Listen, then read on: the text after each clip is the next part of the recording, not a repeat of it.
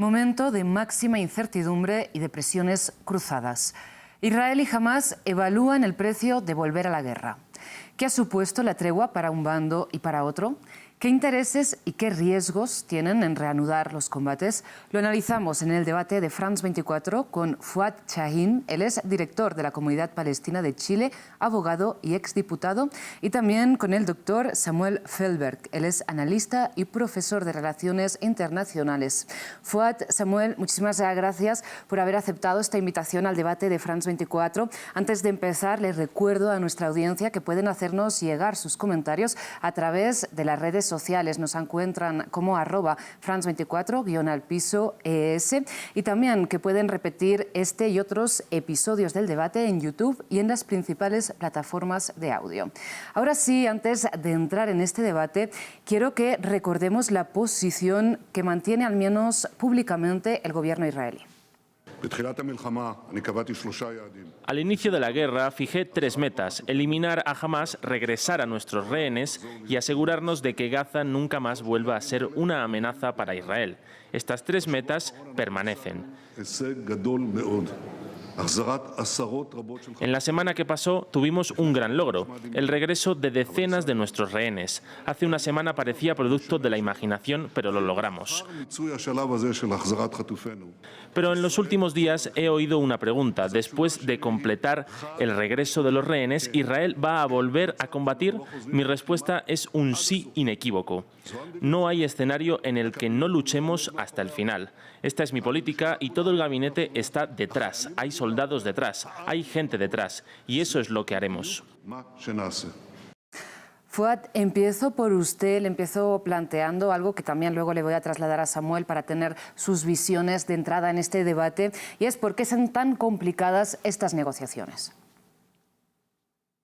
En primer lugar, quiero señalar que esta tregua es un triunfo de la humanidad. Yo creo que lo que está ocurriendo en la Franja de Gaza no es una guerra, es efectivamente un genocidio que lo que busca es la limpieza étnica de la franja, y eso además es consecuencia de 75 años de ocupación de Palestina, de 16 años de un bloqueo inhumano, un verdadero encarcelamiento de la población palestina en la Franja de Gaza, y por lo tanto lo que está ocurriendo hoy día no es producto simplemente de los ataques que lo personal condenamos del 7 de octubre, sino que es producto de la colonización, es producto del bloqueo a la Franja de Gaza. Y creo que lo que está ocurriendo hoy día con más de 14.000 muertos, donde 2/3 de ellos son mujeres o niños, donde la inmensa mayoría, cerca de 12.000 de los 14.000, son civiles, la verdad es que dan cuenta de que acá el objetivo no es efectivamente terminar con Hamás, muy por el contrario, Sí.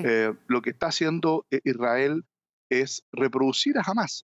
Por cada militante Hamás muerto, probablemente hay 1 o 2 que se van a vincular nuevamente a ese movimiento, producto de la rabia, el resentimiento, el dolor que genera, ¿no es cierto?, esta masacre indiscriminada de niños, de mujeres, que realmente es un genocidio como no habíamos visto de la Segunda Guerra Mundial. Por eso creo que la tregua es un triunfo de la humanidad, porque es lo que le ha permitido, por ejemplo, a Israel recuperar los rehenes. No ha sido la incursión militar en Gaza. Los militares no han logrado liberar a ningún rehén en su incursión terrestre a Gaza. Ha sido producto de esta negociación de la tregua, donde por otro lado se ha logrado liberar, y quiero decirlo derechamente, rehenes palestinos, que lo que llaman prisioneros son prisioneros que están en su mayoría sin formulación de cargos, prisiones administrativas sin formulación de cargos, muchos de ellos menores de edad, que no se les formulan cargos y que están en prisiones israelíes. Y por lo tanto, este intercambio de rehenes ya ha sido producto justamente de esta negociación, de esta tregua, que a mi juicio es un triunfo de la política, de la forma racional de resolver los conflictos. Y eso lo planteó desde un principio. Jamás estaba abierto entraremos en detalle en todos estos elementos a lo largo de este programa. Le pido que ahora introduzcamos también a Samuel para tener también su perspectiva sobre la situación actual. Por favor, centrémonos ahora en estas negociaciones. Si bien, como decía Fouad, Israel ha logrado empezar a dirigirse hacia uno de sus objetivos, que es devolver a los rehenes a territorio israelí, precisamente gracias a esta tregua. ¿Por qué está siendo tan difícil estas negociaciones? Y las negociaciones son difíciles, primero porque estamos hablando de una negociación con un grupo terrorista que no tiene absolutamente ningún criterio de humanidad. Y eso lo ha demostrado el ataque del 7 de octubre, algo que no ha pasado en la historia del mundo desde la época de los bárbaros, de los vikingos, de las grandes guerras que han afectado al mundo occidental. Entonces, hacer una comparación entre rehenes civiles que han sido capturados en territorio israelí, llevados a las cárceles, los túneles de Hamas en la Franja de Gaza, compararlos con prisioneros palestinos que están en la cárcel básicamente porque han atacado o a la población civil israelí o a las fuerzas de seguridad, es en lo mínimo una tratativa de cambiar a los hechos. Llamar a lo que pasa en la Franja de Gaza de genocidio, cuando hay víctimas civiles que son lamentables básicamente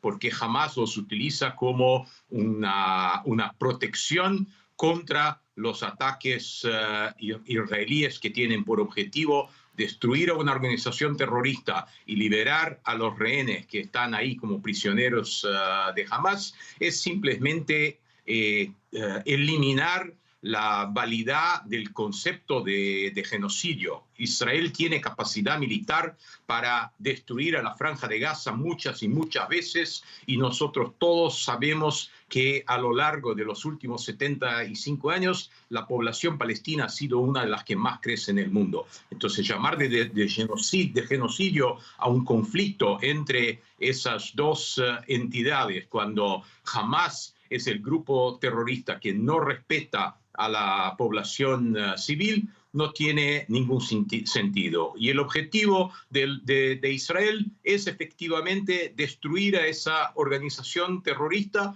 aunque el precio que haya que pagar es también en parte las víctimas civiles. No habría ninguna negociación si Israel no hubiese entrado por tierra con sus tropas a la Franja de Gaza y los dirigentes de Hamas tuvieran la sensación de que van a ser destruidos y eliminados. No habría ningún tipo de negociación si no hubiese un enfrentamiento de esa organización terrorista por parte de Israel. Y quiero acordar a los que nos escuchan que si hablamos de un cese de fuego, el 6 de octubre había un cese de fuego y ese cese de fuego fue rompido por Hamas con un ataque contra la población israelí con el único objetivo de causarles daño.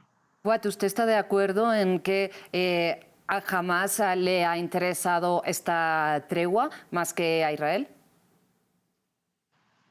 Lo que ocurre es que aquí quien, a mi juicio, falsea los hechos es justamente el vocero, digamos, del Estado de Israel, cuando aquí se desconoce la ocupación de hace 75 años, cuando se desconoce el bloqueo de la Franja de Gaza, que la transformó en la cárcel a cielo abierto más grande del mundo durante 16 años, donde aquí se desconoce lo que él dice que son prisioneros por atentar contra civiles israelíes, cuando sabe perfectamente que hay cientos de prisioneros que están detenidos administrativamente sin que siquiera se les formulen cargos. No solo que no se les prueben hechos, que ni siquiera se les formulen cargos. Muchos de ellos menores de edad, no durante semanas, durante años, que están sometidos a torturas permanentes en las cárceles israelíes.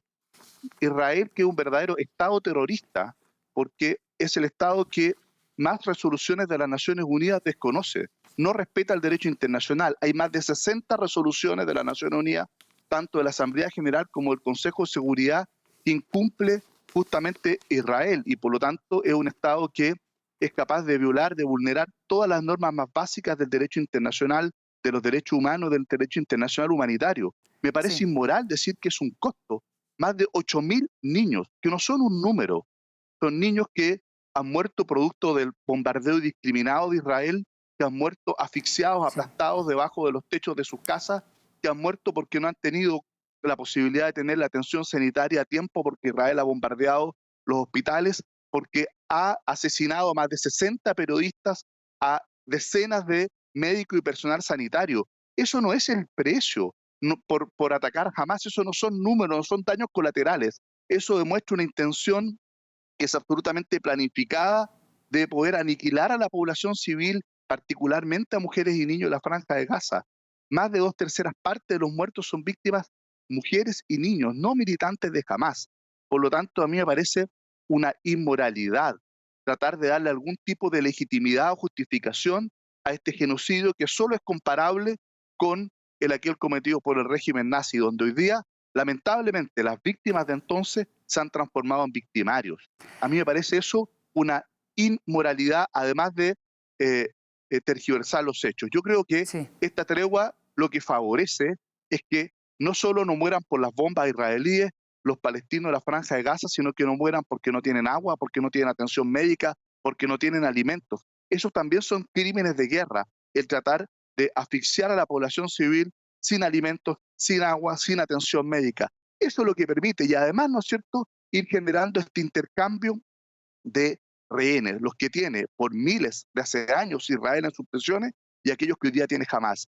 Y eso me parece a mí que da cuenta de que con la tregua es posible el objetivo principal de Israel, que es liberar a quienes están hoy día en las manos de Hamás, y por otra parte, ¿no es cierto?, de que también se liberen a estos presos políticos palestinos injustamente procesados y que hoy día están en cárcel israelí y que se están liberando. A mí me parece que eso da cuenta que, en definitiva, cuando hay una negociación abierta y cuando el diálogo le gana a la fuerza de las armas, del terror, de las bombas, ¿no es cierto?, es posible lograr los objetivos. Ojalá pronto sean liberados todos los rehenes israelíes, pero también ojalá pronto sean liberados todos los presos administrativos palestinos que están en las cárceles israelíes. Pero quiero darle un dato. Se han liberado 150 palestinos y en el mismo número de días Israel ha encarcelado 168 palestinos en Cisjordania. Por lo tanto, eso demuestra cuál es el espíritu real del Estado de Israel. Sí, ambos tienen posiciones muy encontradas y les pido, para aprovechar al máximo el tiempo, que vayamos un poco al grano de los argumentos. Samuel, le pregunto qué responde a los argumentos de Fouad respecto al hecho que la ofensiva israelí contra la Franja de Gaza, si bien puede debilitar la estructura de Hamás, también puede hacer crecer este sentimiento de rencor entre la población palestina hacia Israel. Y la población palestina en algún momento va a reconocer también que no tiene ningún interés en ese gobierno de Hamás. Cuando Fouad habla de una prisión a cielo abierto, tenemos que imaginarnos una prisión donde han entrado miles y miles de cohetes o las materias primas para producir cohetes que son lanzados contra los objetivos civiles en Israel. Cuando Fouad habla de un genocidio, se olvida de que en la guerra civil en Siria a lo largo de 10 años han matado a 500.000 civiles y nadie condena a los sirios por lo que ha pasado. Es cierto que las Naciones Unidas y el Consejo de Seguridad de las Naciones Unidas condena a Israel más que a cualquier otro país, y eso no quiere decir que Israel comete más crímenes o violencia que otros países, y sí que hay un elemento de antisemitismo en las decisiones de las Naciones Unidas que lleva a una condenación de Israel arriba de cualquier proporción de lo que pasa en Medio Oriente. No faltan ejemplos de países alrededor del mundo donde el número de víctimas de los conflictos es exponencialmente mayor de lo que está pasando en Gaza, y realmente es una tragedia humanitaria, pero ponerle la culpa a Israel por lo que está pasando, en lugar de reconocer que Hamás ha atacado a la población civil el 7 de octubre y más, Hamás ha atacado a una población civil que era la que más tenía intenciones de hacer la paz con los palestinos, la que más apoyaba la idea de creación de un Estado palestino independiente, la población que recibía 20.000 civiles de la Franja de Gaza, palestinos de la Franja de Gaza que venían a trabajar en esos kibutzim, en esas colonias agrícolas todos los días y que eran la principal fuente de renta de las familias palestinas, al que jamás no les permitía trabajar y ganar su sustento de manera digna. Sí. Así que Fuad, invertir por favor. Fuad, ahora le doy la palabra. Realmente, ¿cómo se puede mentir descaradamente? Israel no los deja ni siquiera salir a pescar a los pescadores en Gaza. Si salen de las 3 millas, los bombardea. Yo lo vi con mis ojos en la franja de Gaza. No pueden salir, doctor, porque van a buscar no dejan entrar alimentos, no dejan entrar combustible, no dejan que las Fuad y personas Samuel, por favor, les pido que no hablen a la vez porque es imposible de seguir los argumentos de unos y otros. Fuad, por favor, un segundo. Fuad, por favor, le pido un segundo que ordenemos los turnos de palabra porque si no, además, como esto además es virtual, es muy complicado de seguir a nivel técnico. Por favor, Fuad, responda, pero le pido concesión. Pero a mí me parece que no se puede mentir tan descaradamente. Si acá todos sabemos, están llenos de informes de todos los organismos internacionales respecto de la situación previo al 7 de octubre en la Franja de Gaza, lo que significaba esos 16 años de bloqueo inhumano al que sometía a la franja, en que los pescadores ni siquiera podían salir desde las 3 millas o si no eran atacados por las lanchas israelíes, donde estaba cercado por cielo, mar y tierra la Franja de Gaza, y que en definitiva sometían a una situación dramática, sometían a una pobreza, a una desnutrición a la población palestina, que realmente era una catástrofe humanitaria ya previo a los ataques que partieron en el día 7 de octubre. Cuando dice, mire, los que quieren la paz es Israel. Mire, los acuerdos de Oslo los firmó, ¿no es cierto?, el presidente Arafat con el primer ministro Rabin. ¿Quién asesinó al primer ministro Yitzhak Rabin? Un palestino o un israelí ultrafanático. Y a partir de ahí, entonces, fracasó Oslo, porque lo que siguió haciendo Israel fue seguir construyendo asentamientos y colonias en territorio palestino. Más del 80% de los asentamientos se construyeron después de Oslo. Se construyó el muro de la segregación y del apartheid. Se han construido centenares de checkpoints que han generado mucho mayor militarización y se generó también el verdadero gueto, el enclave en Gaza donde se sometió al bloqueo de la población. El año 2002, la iniciativa de paz árabe, todos los países árabes del mundo le ofrecieron a Israel el reconocimiento y la paz. ¿A cambio de qué? Del reconocimiento de un Estado palestino sobre la base de apenas el 22% de la Palestina histórica. Es decir, Palestina renunciaba al 78% de su territorio histórico a cambio de la paz. El 78% de la Palestina histórica quedaba para Israel y apenas el 22% para Palestina. ¿Qué dijo Israel? Que no. Rechazó también la iniciativa Paz Árabe. ¿Por qué? Porque ellos no quieren la paz. Ellos no quieren efectivamente un Estado palestino. No quieren reconocer a los palestinos que tienen los mismos derechos que ellos. Es más, yo le digo al profesor que hoy día representa al Estado de Israel, si ustedes quieren un solo Estado, que se llame Israel como se llame, desde el Jordán hasta el Mediterráneo, nosotros no tenemos ningún problema, pero con una condición: igualdad de derechos. Igual derecho para un judío, un cristiano o un musulmán. Igual derecho para a un israelí con palestino. Pero eso tampoco lo aceptan. ¿Por qué?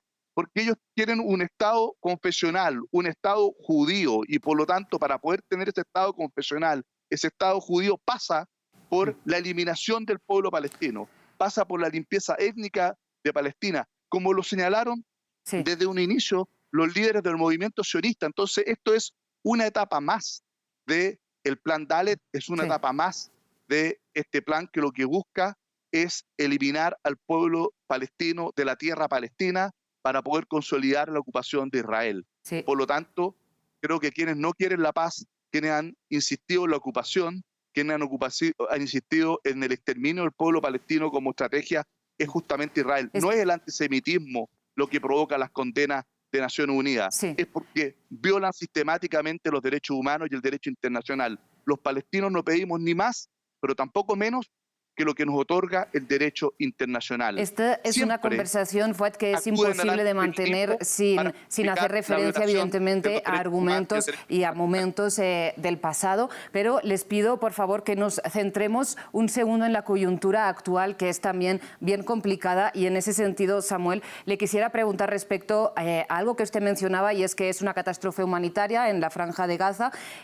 Y le pregunto hasta qué punto está Israel dispuesto a que aumente esta catástrofe humanitaria, este número de víctimas mortales civiles, de niños muertos por los bombardeos israelíes en el enclave palestino, para lograr el objetivo declarado de acabar con Hamás. Primero tengamos en cuenta que todas las informaciones sobre lo que pasa en la Franja de Gaza en ese momento vienen de Hamás, una organización terrorista a la cual no se puede creer. Cuando hablan de niños, están hablando también de chicos de 17 años y medio que enfrentan a los soldados israelíes y han participado de las masacres del 7 de octubre. Entonces hay víctimas civiles, pero hay que tener mucho cuidado con los números y con las informaciones que vienen de una organización terrorista. El objetivo declarado del gobierno israelí y de las Fuerzas Armadas israelíes es de que van a eliminar a Hamás como organización terrorista que controla la Franja de Gaza.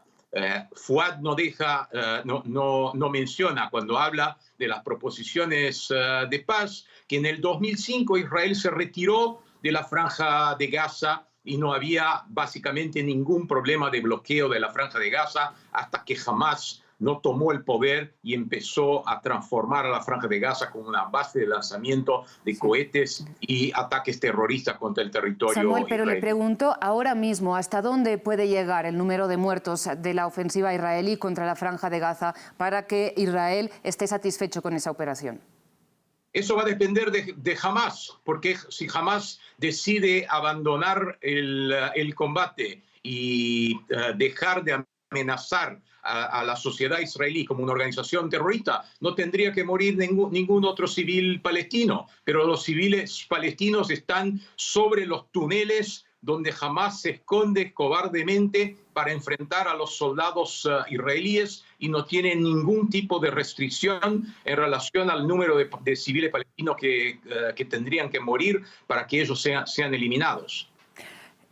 Fuad, voy ahora precisamente con usted y esta relación entre Hamás y la población palestina y la popularidad que tiene Hamás en la Franja de Gaza y también en Cisjordania ocupada, donde estamos viendo que la liberación de palestinos, de menores y de mujeres que estaban encarcelados en prisiones israelíes, como usted bien lo decía, muchos de ellos sin haber pasado por un juicio, está haciendo aumentar la popularidad de Hamás incluso en Cisjordania ocupada, donde no gobiernan oficialmente. Le pregunto precisamente por esta división que puede haber entre la población palestina, entre la popularidad y en qué medida lo hacen responsable de que los ataques del 7 de octubre hayan desatado la ofensiva israelí contra la Franja de Gaza. Se cortó un poco, no sé si alcanzó a escuchar completa la pregunta, Sí. pero lo siguiente, Sí. en primer lugar, otra falsedad más de Samuel. Todos los datos que se han entregado no son entregados por Hamás, son entregados por ejemplo, UNICEF. El portavoz de UNICEF recientemente acaba de entregar cifras concretas de lo que está ocurriendo con la situación de los niños palestinos, que dice que algo que jamás en su vida, en su larga trayectoria, había visto una crisis igual y tal cantidad de niños muertos y heridos producto de un combate. Luego lo ha dicho también Médicos Sin Fronteras, la Organización Mundial de la Salud, la UNRWA, es decir, un conjunto de organismos internacionales tanto dependientes de Naciones Unidas como de la sociedad civil. Por lo tanto, estas cifras son incuestionables. A mí me parece que tratar de desmentir el crimen de lesa humanidad que está cometiendo Israel sobre la base de intentar poner un manto de duda sobre las cifras me parece inaceptable.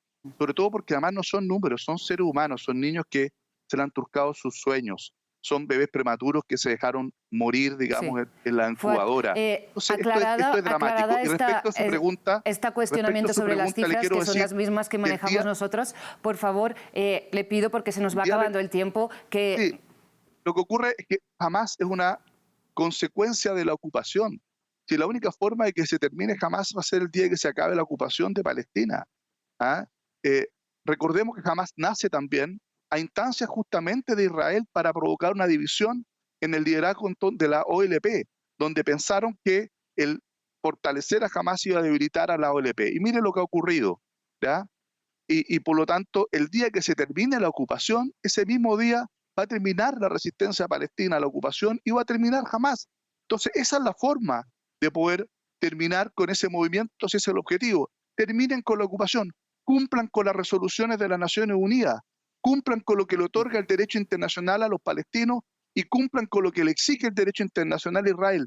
Ni más ni menos que eso. Con eso se resuelve efectivamente el conflicto de fondo, se acaban las muertes de lado y lado y se terminan los movimientos de resistencia como jamás. Por lo tanto, la única camino, la única vía no es seguir asesinando niños, como plantea Samuel, sino que la única vía es el cumplimiento igualitario de las resoluciones de las Naciones Unidas, con pleno apego al derecho internacional, y con eso, en definitiva, se termina la ocupación palestina, se termina el conflicto, tenemos una paz justa y duradera en Medio Oriente y dejamos de lamentar víctimas de lado y lado. Yo lamento las víctimas israelíes, sí, pero creo que la vida de un niño israelí vale lo mismo que la vida de un niño palestino, exactamente lo mismo.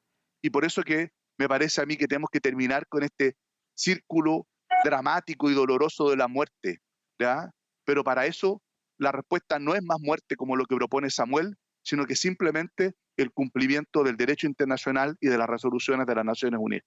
Samuel, le pregunto a usted por el liderazgo israelí del primer ministro Benjamin Netanyahu. Usted decía que esta tregua se ha dado porque a Hamás le ha interesado, pero le pregunto al primer ministro israelí, ¿qué tanto le interesa, qué presiones tiene en mantener esta tregua respecto a conseguir que más rehenes vuelvan a territorio israelí o a las presiones que tenga dentro incluso de su propio gabinete para reanudar la ofensiva en Gaza? Antes de contestarte, quiero decir solamente dos cosas al respecto de lo que dijo Fuad. Primero, a la carta de Hamás, si Fuad se hubiese dado el trabajo de leer la carta de Hamás, vería que el objetivo de Hamás es destruir al Estado de Israel. Entonces, decir que una solución a la cuestión palestina eliminaría el conflicto es o ingenuo o lo mínimo tratar de engañar a los que nos escuchan. El objetivo de Hamás es destruir al Estado de Israel y por eso hay que destruir a la organización. Y además, las resoluciones de la empiezan el día de hoy, 29 de noviembre de 1947, cuando hubo una decisión para dividir el territorio y crear un Estado judío y un Estado árabe independiente, y fueron los árabes que lo rechazaron. Entonces ese conflicto empieza el momento en el que los árabes rechazaron la creación de dos estados independientes en la zona. Y Samuel, por favor, nos estamos quedando sin tiempo. Yo creo que a nuestra audiencia le interesa el conocimiento que usted pueda compartirnos sobre estas presiones que tiene Benjamin Netanyahu. Necesita atender a las demandas de la población israelí. Y la demanda principal de la población israelí antes de la destrucción de Hamás es traer a los rehenes de vuelta. Los israelíes no dejan sus ciudadanos ni sus soldados como prisioneros en otro territorio. Entonces hace parte de todo el complejo político israelí. Israel es una democracia. El primer ministro atiende a las demandas de la población. Para ir cerrando este debate, me gustaría que tocáramos el papel que está jugando Estados Unidos en la mediación actual. Fuad, empiezo por usted. ¿Cómo lo evalúa y qué espera? Yo creo que Estados Unidos siempre ha sido un aliado incondicional de Israel. Justamente si Estados Unidos hubiese jugado un rol realmente de garante del derecho internacional, este tema se hubiese resuelto. ¿Ya? A mí me encantaría que Samuel, que habla de la resolución 181, efectivamente el año 47, hoy día es el Día Internacional de Solidaridad con el pueblo palestino, justamente porque a los palestinos le dividieron forzosamente su territorio. Eso se llamaba Palestina al 100%. Y de repente a la ONU se le ocurre que en el 56% de su territorio y crear un Estado para la minoría, ¿ya? Y le quitan la mayoría del territorio para un Estado para la minoría. Y querían que lo aceptaran. Bueno, efectivamente los palestinos no podían aceptar eso, porque además ellos siempre los palestinos estuvieron acostumbrados a una Palestina en que convivían pacíficamente judíos, cristianos y musulmanes. Palestina no era para una parte para los judíos, otro para los musulmanes, otro para los cristianos. Era una tierra donde efectivamente podían convivir pacíficamente los que profesaran distintas religiones. Y eso es el origen de este conflicto. Pero los palestinos estuvieron dispuestos a renunciar no al 56% del territorio que proponía la 181, al 78% de su territorio con posterioridad a cambio de la paz, y no lo han logrado. Hoy día Estados Unidos se da cuenta de que la opinión pública internacional, incluso la opinión pública y inéditamente dentro del propio Estados Unidos y particularmente una parte importante de la comunidad judía de Estados Unidos y del mundo que es crítica de este régimen fascista de Netanyahu, ¿no es cierto?, presionan a Estados Unidos por un cese al fuego, por terminar esta masacre, porque no quieren que efectivamente el mundo siga siendo un cómplice con el silencio, con lo que está ocurriendo en la Franja de Gaza, y lo presionan a jugar un rol más activo. No puede ser que Estados Unidos no hiciera algo cuando estaban muriendo no solo niños palestinos, funcionarios de Naciones Unidas, profesionales de organismos internacionales, organizaciones internacionales como Médicos Sin Fronteras, periodistas por decenas, y entonces tiene que cambiar su posición inicial y empieza a presionar a Israel para que haga lo que siempre debe haber hecho, establecer una negociación. Los rehenes que se ha logrado liberar son producto de la negociación. No ha rescatado a ninguno producto de una acción militar directa. Y entonces a mí me parece que lo que hay que profundizar es justamente la negociación, el cese al fuego, el fin a esta masacre y que una vez por todas le demos la oportunidad al diálogo, al derecho internacional y no al fuego y a la muerte para poder resolver este conflicto. Samuel, para ir terminando, porque nos quedamos, como decíamos, sin tiempo, usted mencionaba que Israel es una democracia y que lo que pide la sociedad israelí es que regresen los rehenes. ¿Significa esto entonces que si los rehenes regresan con tregua no hay lugar para que continúe la ofensiva? Y por último, una pregunta muy concreta. Hamás se dice dispuesto a entregar a Israel todos los soldados que tiene secuestrados a cambio de la liberación de todos los prisioneros palestinos. ¿Israel podría aceptar esto? Sin duda ninguna. Los terroristas de Hamás han jugado con esas negociaciones, y si ustedes acompañan el noticiero pueden ver que cada día, cuando están a punto de liberar a algunos de los rehenes, inventan todo tipo de situaciones para postergar hasta el último minuto la liberación de esos rehenes y eventualmente negociar lo que va a pasar al día siguiente. Si Hamás estuviera dispuesto a liberar de una sola vez a todos los rehenes, seguramente Israel liberaría a los prisioneros que están en sus prisiones, incluso aquellos que han sido juzgados y condenados por crímenes contra ciudadanos israelíes. Pero no es eso lo que quiere Hamás. Hamás quiere hacer sufrir a los familiares de los rehenes que están esperando que los liberten. Y seguramente si va a haber algún tipo de negociación que termine con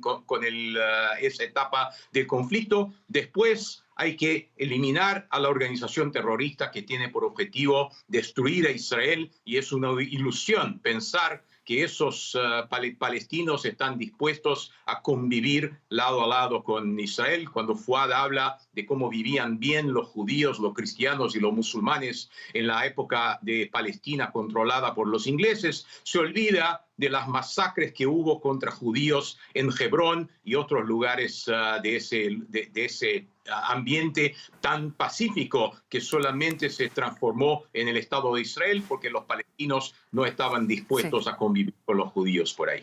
Nos quedamos sin tiempo. Fuad, le pido su conclusión muy rápidamente. Con todas las organizaciones paramilitares sionistas, ahí llegó la muerte, pero antes de eso era una convivencia pacífica. Y tú lo sabes muy bien, Samuel, no se puede desmentir la historia. Ahí está toda la historia. Por favor, la conclusión muy rápidamente, nos quedamos sin tiempo. En Palestina fue la explosión del Hotel King David, producto, ¿no es cierto?, de los grupos paramilitares terroristas del sionismo. Samuel, Fuad, lastimosamente nos quedamos sin tiempo para continuar con este debate. Les agradezco muchísimo su participación en este espacio de France 24. Esperamos que estos minutos hayan servido para aclarar las posiciones definitivamente tan encontradas que hay ahora mismo sobre la mesa. Antes de terminar, agradecemos como siempre al equipo técnico, al equipo de producción de este programa del debate de France 24 y como siempre a ustedes también por su atención. Muchísimas gracias y regresamos.